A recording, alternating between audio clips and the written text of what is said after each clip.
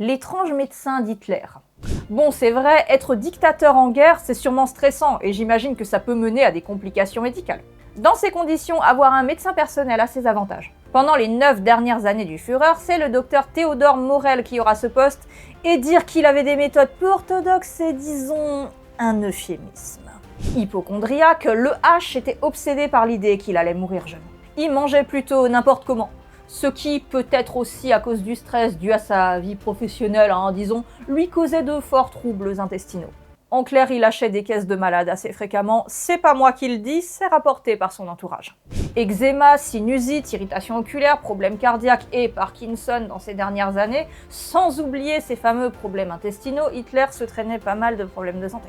Et pour tenir son patient de marque en forme, Morell lui faisait bouffer des quantités astronomiques de pilules, mais lui administrait aussi tant d'injections qu'il fut surnommé Herr Reichspritzenmeister, le maître des injections du Reich par Hermann Göring. Ça résume assez bien ce que pensaient de lui les hauts dignitaires du Reich. Je pense que vous voulez plus de détails sur le cocktail qu'il lui donnait, non? De la pervitine bien évidemment, la célèbre maître du Reich, pour donner un coup de fouet avant les discours. Des injections quotidiennes de vitamines, d'amphétamines, du glucose, de la testostérone, de l'estradiol, des corticostéroïdes et des barbituriques divers quand il fallait calmer son sommeil agité. Et aussi des gouttes pour les yeux avec 10% de cocaïne dans la composition. Tu dois voir sacrément clair avec ça.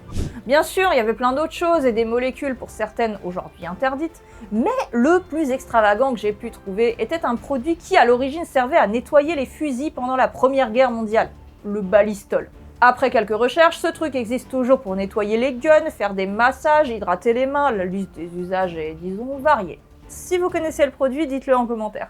Pour finir, il est difficile d'être catégorique, mais certains historiens pensent que Morell a pu involontairement précipiter la fin du dictateur en aggravant son état de santé.